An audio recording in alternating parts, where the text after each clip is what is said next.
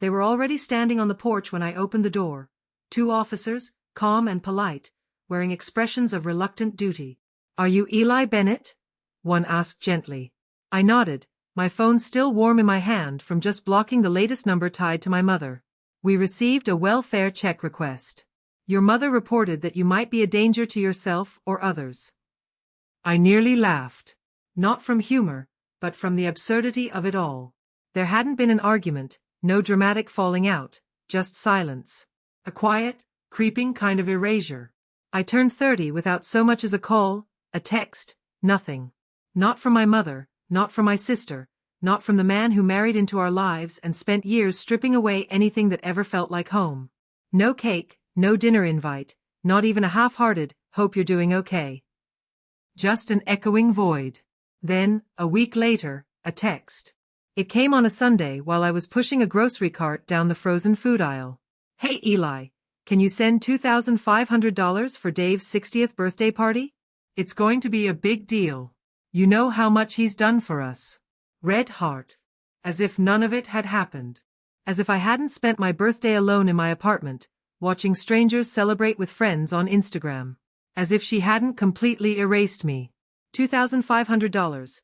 For a man who once told me I was too emotional to be a real man, who used to mock me for not knowing how to change a tire or shoot a deer. I stared at the message for a long time. Then I sent exactly $1. And blocked her. Blocked all of them. That's when the unknown numbers started calling. Voicemails flooded in, emotional guilt bombs laced with blame. I was ungrateful, heartless, disrespectful. After all they'd done for me. Then came silence again. Until the knock.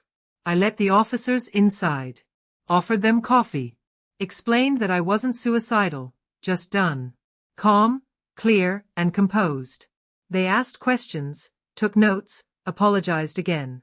As they stood to leave, one of them looked at me and said, "You don't seem like the dangerous one." I smiled. They weren't the first to underestimate me. I wasn't raised to fight back. I was raised to obey. Keep the peace. Swallow my pride. Laugh at insults. Pretend indifference in the face of cruelty. My mother called that love. It wasn't love. It was manipulation with a sugar coating. So I started digging. First, I pulled up old bank records. Line by line, I reviewed every unpaid loan, every bill I had covered when Dave was between jobs. Every Cash App transfer for rent, medication, last-minute crises. I printed all 48 pages. Next, I contacted my landlord and asked for copies of all the late payment notices I had received back when I was nearly evicted trying to keep them afloat. Then I looked into the will. Grandma's will. The one my mother insisted had nothing for me. I called my cousin, the executor. She emailed me a scanned copy. Turns out Grandma had left me $18,000. My mother had cashed the check. Signed for it. Said nothing. That's when I stopped making excuses for her. This wasn't forgetfulness. This wasn't just how families are. This was theft, repeated, deliberate, emotional, and financial theft. And I had let it happen for years. Not anymore. I didn't shout about it. I didn't post online. I made a plan. Quietly, I hired a lawyer and told her everything. We filed a small claims suit. The amount wasn't huge, but the message was. We subpoenaed the bank. The signature matched.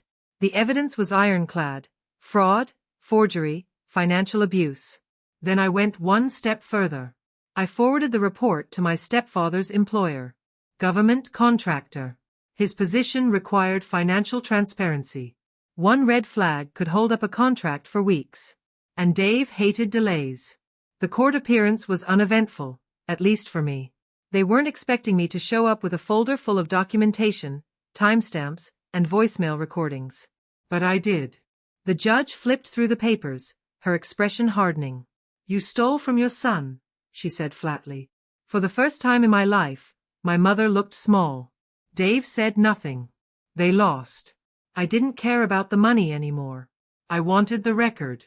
The accountability. The separation. And I got it. They tried again. Calls from burner phones, through friends and cousins. Family doesn't sue family, they said. I replied once, just once, Family doesn't steal from their children and lie about it. Then I changed my number. These days, I spend my birthdays how I want. No forced dinners. No fake hugs. No pretending. Last week, I took a solo trip to the mountains. Quiet, yes. But peaceful. And this time, the silence was mine. Funny how being the quiet one makes people think you'll always stay silent. Until you don't. Until you turn that silence into something sharp enough to cut yourself free. And when they come knocking again, asking for apologies, money, affection you no longer owe, you give them exactly what they gave you. Nothing.